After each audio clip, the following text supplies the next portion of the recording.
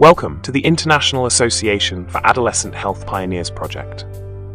In this series, we have interviewed a range of experts from around the world who have led the way in promoting adolescent health in their countries, regions, or internationally.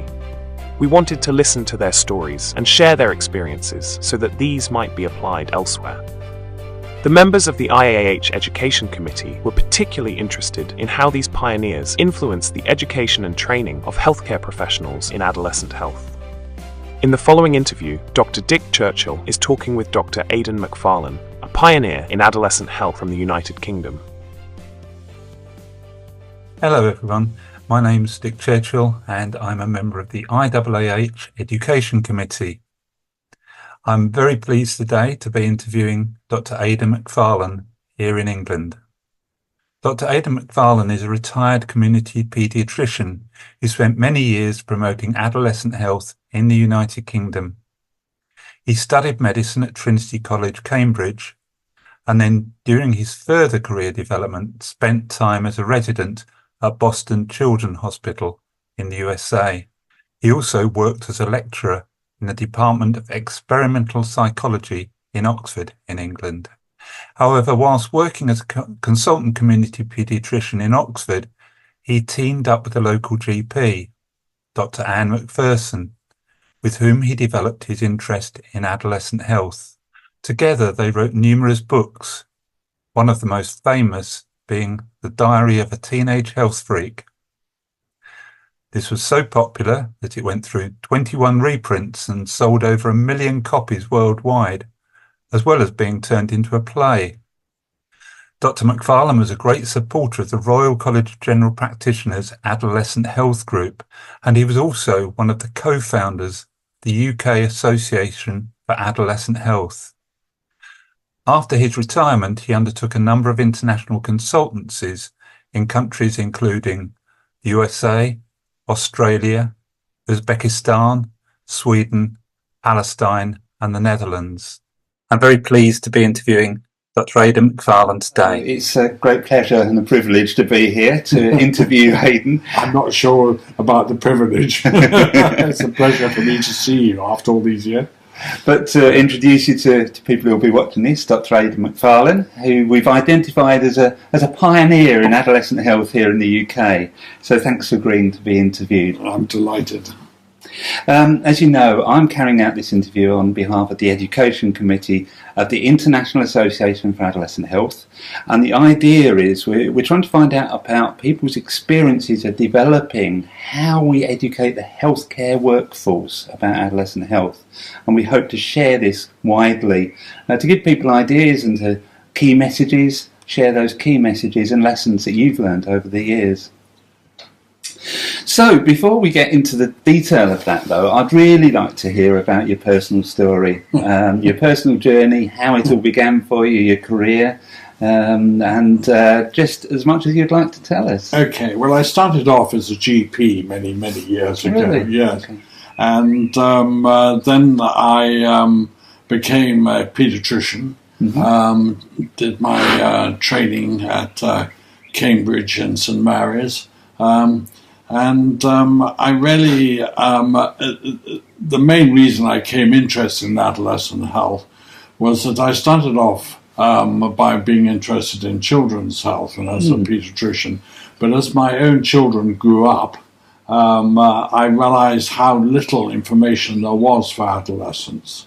And I think that the main message then was that people weren't really interested in adolescent health. They thought of adolescence as A, being difficult, in inverted commas, B, any health problems they had was their own fault because they either had too much sex or drank too much or took drugs, and therefore there was a slight sort of feeling of approbation, maybe the word, about adolescence. Yeah.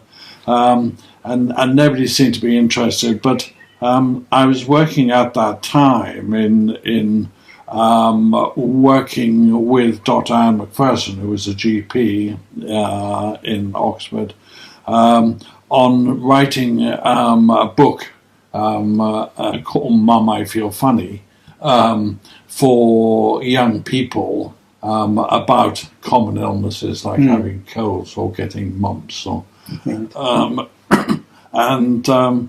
As both Anne's children grew up and mine grew up, we did realise there was a complete lack of information about adolescent health. It didn't really exist at all. It wasn't anything separate. You either got treated as a pediatric patient or you got treated as an adult patient. And rather sort of randomly, there wasn't any sort of cut-off time when, or formal cut-off time at that time when you became a sort of moving from childhood into adolescence, and then on to, in fact, basically adolescence didn't exist. You were a child and suddenly you became an adult. Sure. And that was it. Yeah. So you saw that gap. How did that develop then for you personally? Well, I had two adolescent children at that time, and they were going through certain adolescent independent sort of attitudes to life. So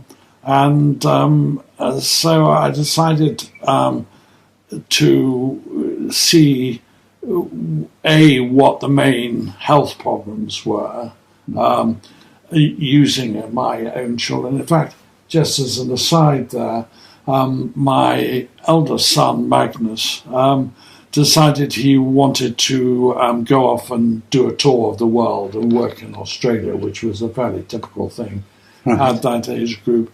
So I thought, well, I'll commission him to recount his experiences on his tour.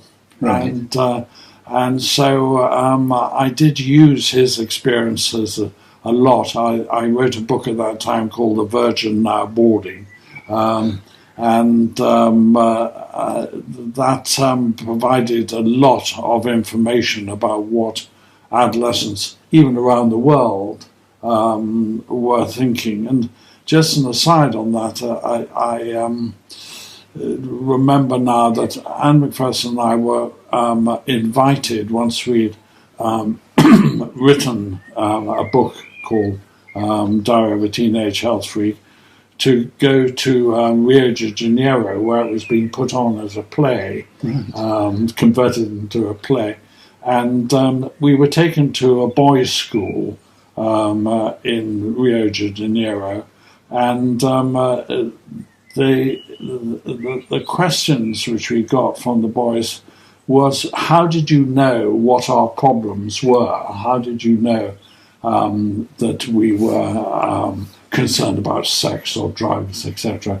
And so, because they were, when some of them had read the book Diary of a Teenage Health Freak and were impressed by the fact that we were dealing with problems which they were dealing with. So there is an internationalism about adolescent health, that adolescents, anyhow in the developed side of the world, really go through the same kind of problems. Well, interesting again, as an aside, when we asked them was anything different in their worries about their health, their main concern was being kidnapped, which shows that there are considerable differences. Even in developed countries, but in the main, their worries are the same. Absolutely. So, just taking you back a little bit, you trained as a paediatrician. Yes. But obviously, and you were doing this sort of area, or developing this area as your children became older as an interest. Yes. What were you doing work-wise in this? I was a pediatrician, and there were other people interested in the area of adolescent health, particularly Pierre-André Michaud in Switzerland. And so we got in contact with one another, and we set up an organization called UTeach, which was really the European Training in Effective Adolescent Care and Health. And it was really alongside Pierre-André Michaud that we developed the concept of teaching the medical profession about adolescent health, because there was nothing available, absolutely nothing available at that time. And what was the UK situation like? I mean, was there any specialist training, subspeciality training in adolescent health? No, we were it, I think. Right. I'm sure somebody will turn up and say, no, we started it. But really, Ann McPherson and I think between us, were the first people to concentrate on adolescent health. But both of us agreed on one principle, and that was asking adolescents themselves what their health concerns were. We developed a questionnaire for adolescents to fill in, and we got about 1,000 adolescents in all going around different schools in Oxfordshire, asking them about their health problems. And we use that very extensively as the basis for what subsequently became a sort of ideas about adolescence and what we should be training the medical profession for. The other interesting thing about the questionnaire is that when we gave the questionnaire out, there were obviously some children in classes who finished the questionnaire much faster than others, and we had to cope with this. And so we said, when you finish, will you write 2 or 3 paragraphs about specific problems which you have personally? And that turned out to be an absolute fountain of information. Really? It was the ones who finished early that really then sort of thought about what they were concerned about, and that's a principle, I think, which all people working with adolescents need to know about, is always ask the adolescents themselves don't assume that you know about adolescent health. Ask the adolescents. They're perfectly capable of adults, they're perfectly capable of insights, and also extremely amusing about it. They have a huge sense of humour. Yeah.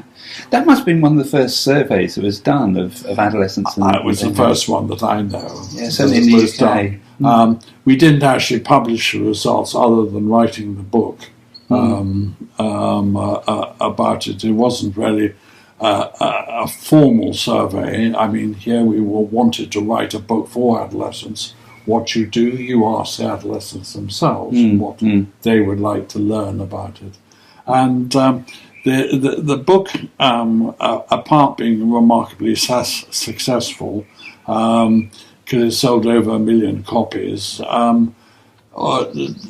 also we got a lot of letters in from parents saying, thank you so much for writing about this subject. It's the only book which my son has ever read. and that goes back to the principle of always feeding back to the information right down the line to the people who are really expert about either their own health in the case of adolescents, or parents in the case of adolescents and younger children as well.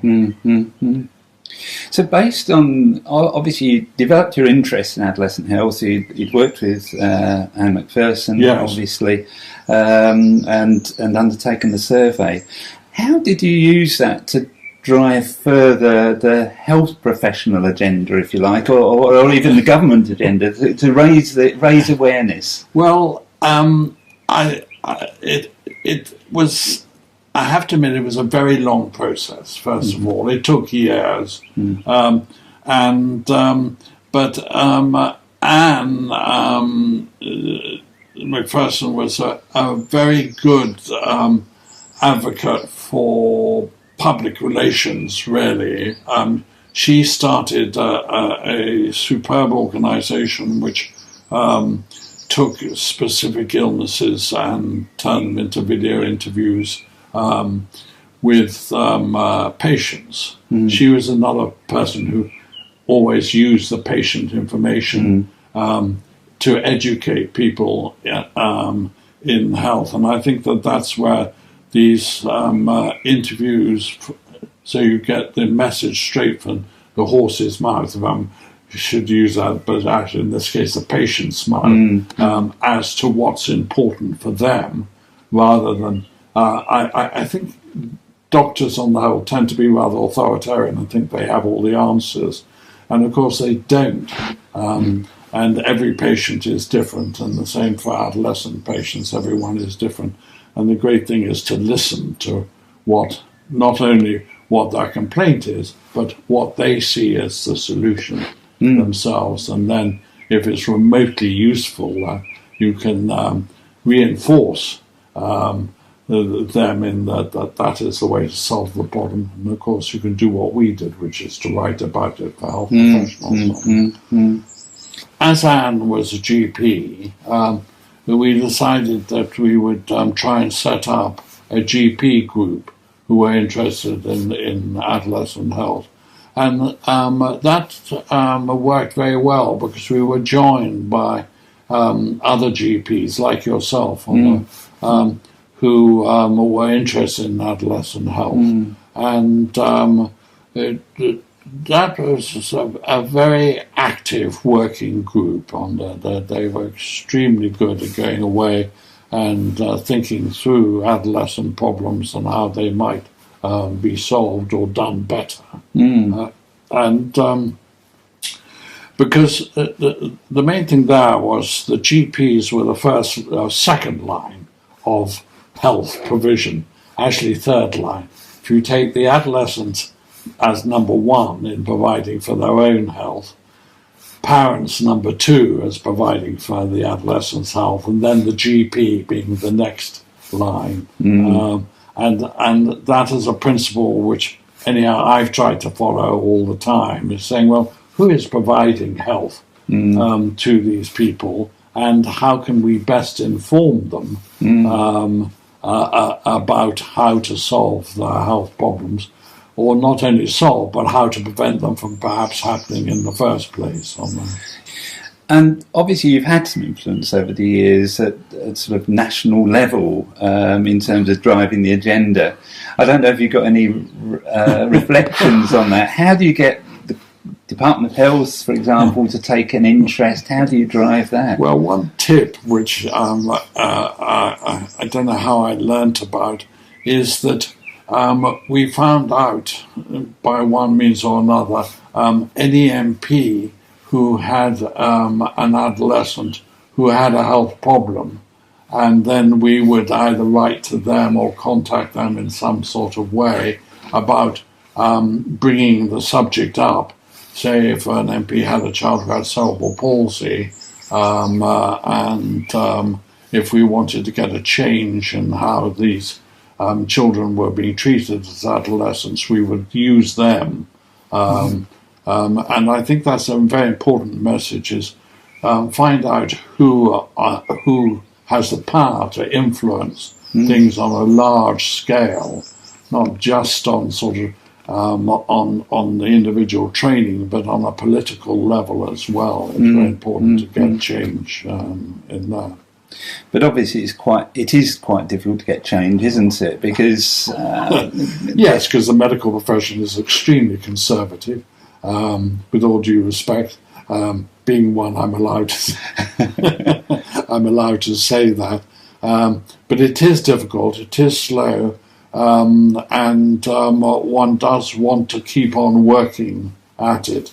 And what was very instrumental was us getting together with Pierre-André Michaud in Lausanne and setting up this organisation, You Teach, which was, we then set up a program for training, which was for mainly for European participants, but I think it's used around the world, the You Teach program. And in England, it was a matter of finding people who were, like yourself, who were interested in adolescent health and willing to get together. So, one of the resources I know we've developed in the UK that's been useful for healthcare professionals has been an e-learning package. Yes. And I think you contributed to quite a lot of work on legal and ethical issues. Yes, I think they're fascinating, legal and ethical issues, and very much with adolescents. One repeating theme with adolescents is how much should be told to the parents about what the problems are with adolescents. Because adolescents go through the age of where they become responsible. And I actually had personal experience of this with my own children, is that they would go and see a GP and I would have no idea and no access to the information which they were giving to the GP. And I think that it's a very important area ethically as to the GP said should, or doctors should be saying, not just GPs, all doctors should be asking the adolescents, can I tell your parents about this? Because it's important that they know what's happening in your life, because they feel responsible, even if you are the responsible for your own health. And the ethical dilemmas, of course, across adolescents, partly because they have a lot of life left, I know that one can't use the term qualis really any longer, quality life here, but they do represent a group where it's very important that they think about what they're doing. It brings the subject of the use of the term risk-taking in young people, which is a term I hate. I don't think that young people risk-take. Risk-take suggests that you think about what you're doing and you sum it up, will this cause me harm, won't it cause me harm? What adolescents do is learn by experimentation. So if they're going to smoke marijuana or something, they're not risk-taking as one sees it. What they're doing is thinking, what is the stuff, marijuana? Shall I try it? Let's see what happens if I do try it. And I think that it's a retrograde step to see that as risk-taking in young people. It doesn't help and young people need all the time and will all the time be experimenting with life, try sex, try different foods which may not do them very much good, but they've got to try and see for themselves whether these things are going to be good or bad for them. We can provide the information, but so they can make their own decisions. So they can make their own decisions. Yeah. Okay.